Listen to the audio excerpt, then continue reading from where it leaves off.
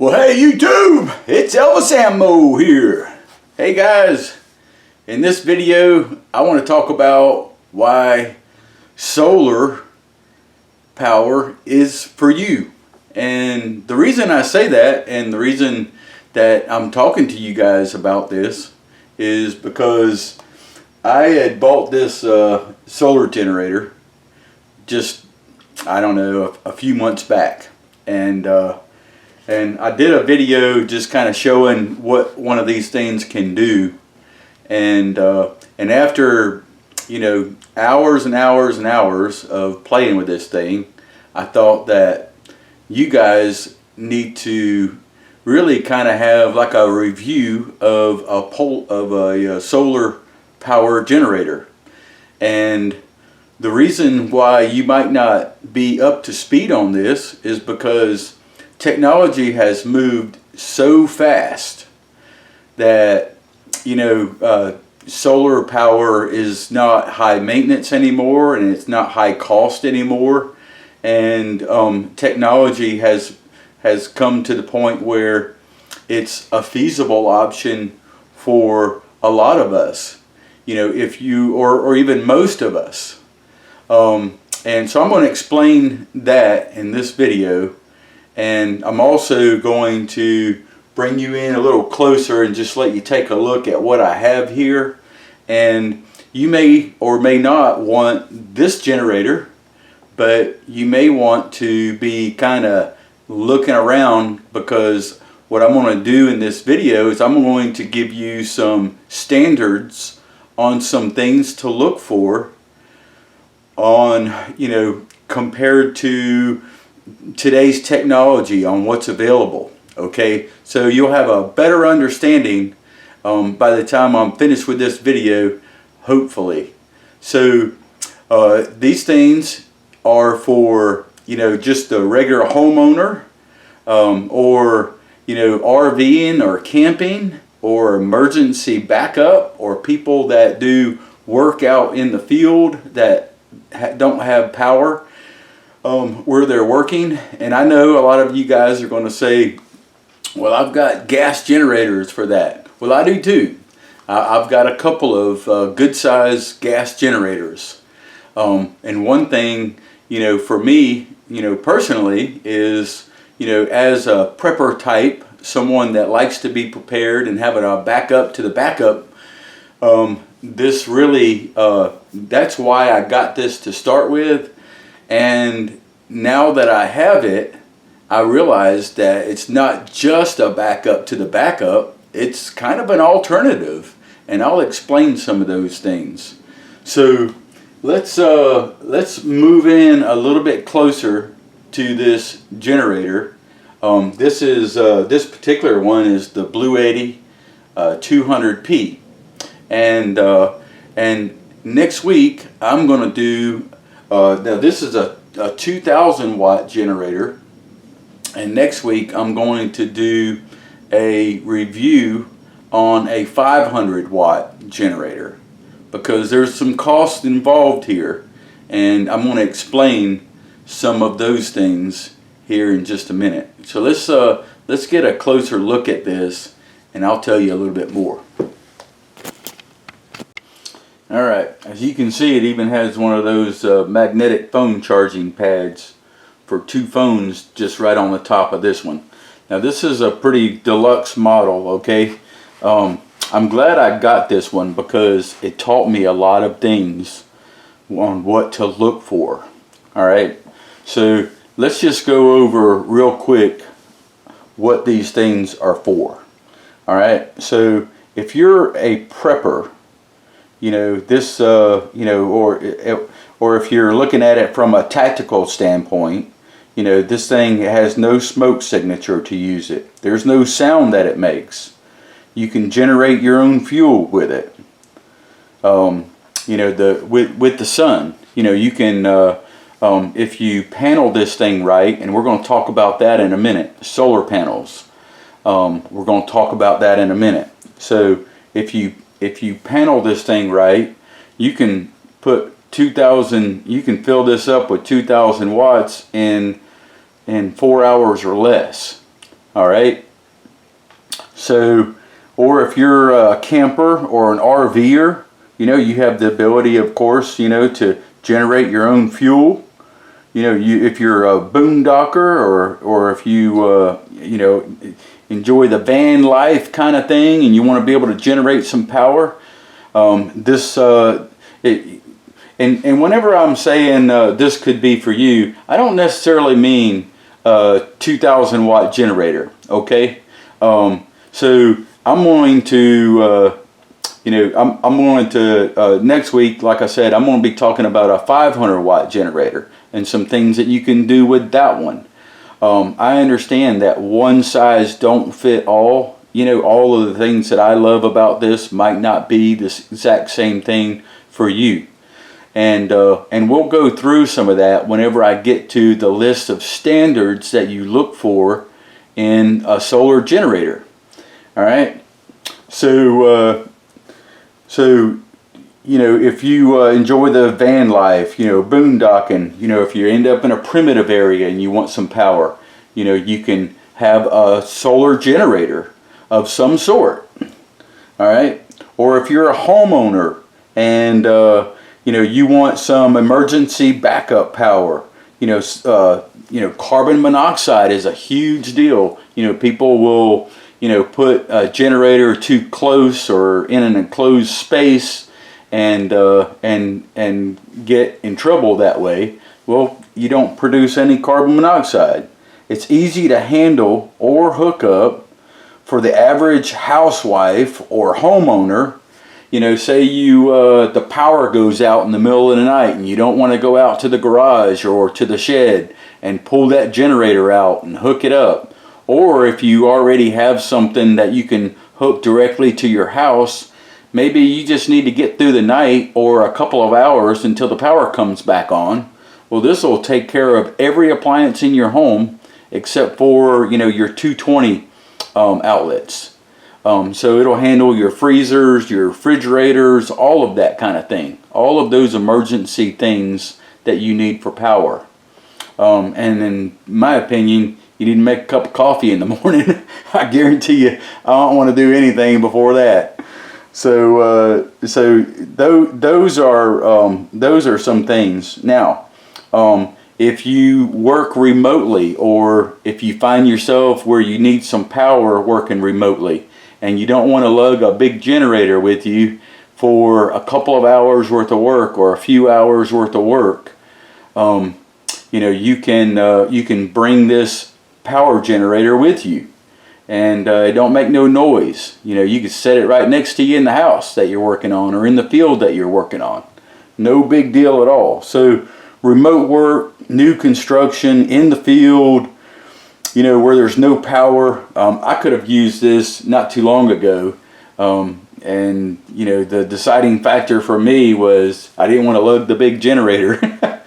So now let's talk about some standards, and then I'll show you. Well, before we talk about the standards, I'll just show you a couple of things about this generator.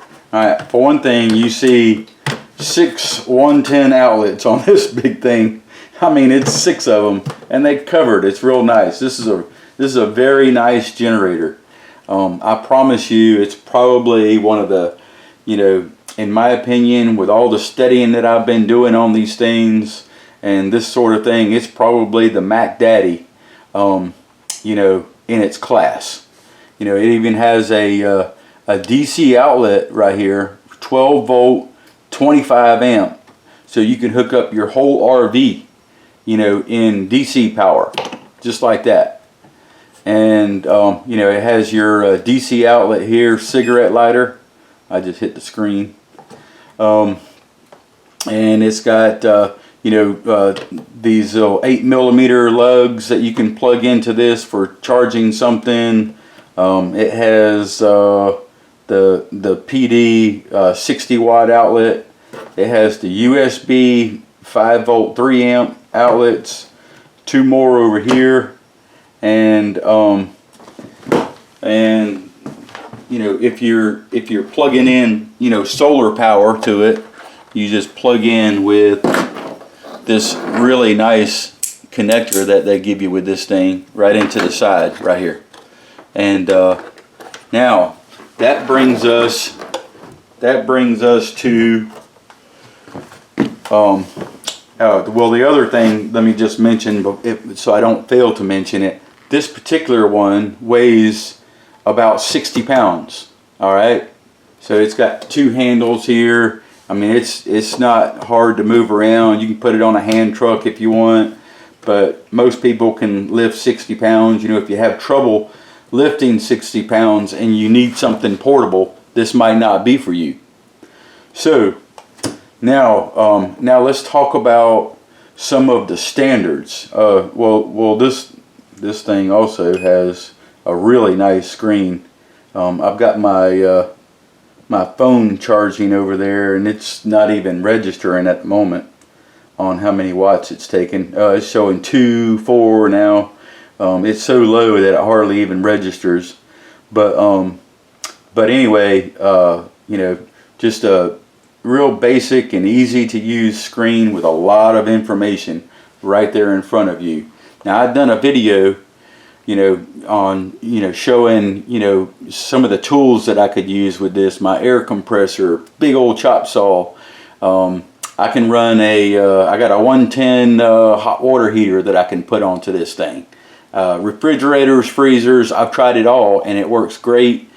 And you can even you can even plug this in. You can plug this into an AC outlet in your home and charge it up in like 4.5 hours. Or, you know, and then bring the charger with you. You can just leave it charged up, of course. You know, it'll just be a charged generator for you. And so it has so many benefits to having these things. So now let's talk about the standards. I need to get through those real quick. This wasn't supposed to be a long video, but you guys need to know some of the standards to look for. Here they are, okay? Pure sine wave inverter, okay? So when you look this stuff up, it needs to have a pure sine wave inverter. And the reason I say that is because it gives you clean power. You don't have to worry about screwing up appliances and stuff like that. And the technology is today to where you don't need to buy something different than that. You can afford a pure sine wave inverter. Okay, so that's key. That's one of the key ones right there. Okay, the other thing is lithium phosphate. A lithium phosphate battery is what you need. You got to have technology is today to where you know, you don't even, you know, people were using these things for years with lead acid batteries, and that's well and good, but those things don't last very long. And then they came out with a lithium battery, and those things lasted a lot longer. You could get, you know, 500 cycles or 600 or 800 cycles out of one. Maybe not that many, probably 500 cycles. So if you charged it up every day for 352 days, you would, you know, in a year you would have, you know, maybe a year and a half, I guess, out of it if you did that every day. Now with the lithium phosphate batteries, these things get a minimum of 2,000 cycles and probably over 3,000 cycles. All right, you can do the math on that. If you were to drain it and charge it every day for, you know, 10 years, you wouldn't reach the level. So it's at least a 10-year battery, probably 20 for most people. All right, so that's lithium phosphate. Now, in my opinion, from my experience, 500 watt generator is the minimum. Everything under that is basically just to charge your phone and flashlights, and that's just fine if that's what you want. But in my opinion, you know, the 500 watt is the bottom. You know, so because with the 500 watt, I have small tools and saws that I can use and be able to build something and use my solar generator. Okay, that's kind of my standard. All right, so there you go. There's that. And all right, Mppt solar controller. All right, now the lithium phosphate batteries have Mppt controllers in them, and that controls, you know, the temperature and the drain of the battery and all of those sort of things. Just know that with the technology today, look for Mppt. All right, and I'm going to list this standard in the description along with this generator, and also I'll just in case somebody is wanting to jump on a generator, I'll also list some solar panels down there, because I'm going to be doing I'm hoping to have a solar panel video out tomorrow. You guys need to know what to look for, how to buy them cheaply, that kind of thing. So there's that. All right, so the other minimum and I was going to say watt, I don't think so. Okay, input on your solar charging. All right, now I already told you that you can plug this into the wall, and you already know that we can charge this up with solar panels. All right, to me, that's what I like about this whole thing. But obviously I like that it has an AC charger as well, because I can charge this up and take it with me somewhere to use it. All right, if I have AC power. But if I don't have AC power, what I'm interested in is how fast can I charge this with solar panels.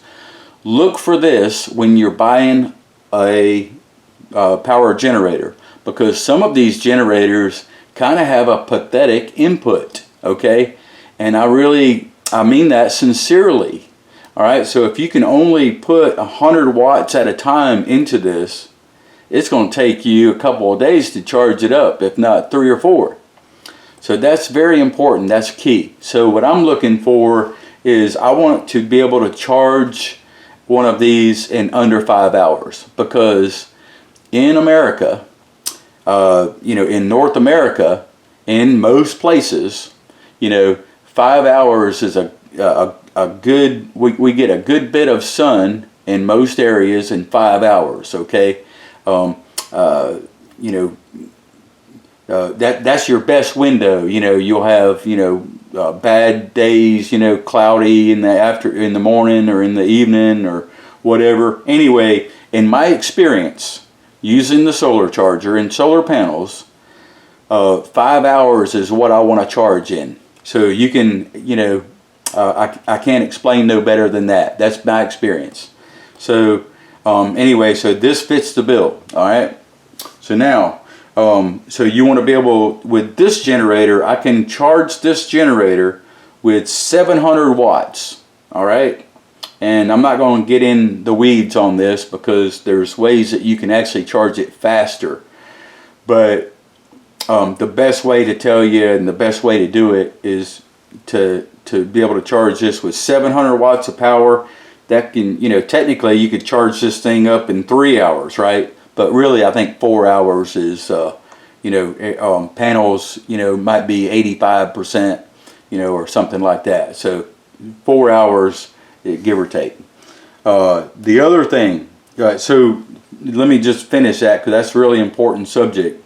You want to be able to take in enough power with your solar panels to charge this in a reasonable amount of time, not 8 hours, in my opinion, for a solar charger. I'll just say that. There you go. Now, the let's see. All right, pass-through charging. All right, the ability. Now, this is not a must or a standard, but I think that this is what I would want if I could get it. All right, if everything is perfect, I would like to be able to be charging this up and using it at the same time with my solar panels, which I have done with this one many times. So so that to me is kind of a standard, but it's not completely necessary. You know, as long as you can charge this in a reasonable amount of time. All right, so the other thing is, the other reason why the lithium phosphate batteries for these things are so so popular. One other reason, and that is we've heard a lot of horror stories about lithium batteries expanding and catching on fire and that kind of thing. Well, these are a lot less likely to do that. They say it don't happen at all, so I'm just going to go on their word for it, okay? But the lithium phosphate batteries are safer, that's for sure, all right? So there you go. There's some standards. I'm going to write a list of standards in the description. I'm going to put this in the description. I'm also going to, when I do my video, I'm hoping I'm going to get this video out tomorrow on how to buy solar panels, what to look for. I want you to be able to get as many as you want at a great price, okay? So I'm going to review some tomorrow. Anyway, I hope you enjoyed this video. Give it a like, and you know, by all means subscribe if you're not. But I'm going to have all this information in the description, and I hope you guys got something out of this. I enjoyed doing it. I'll see you guys in the next video.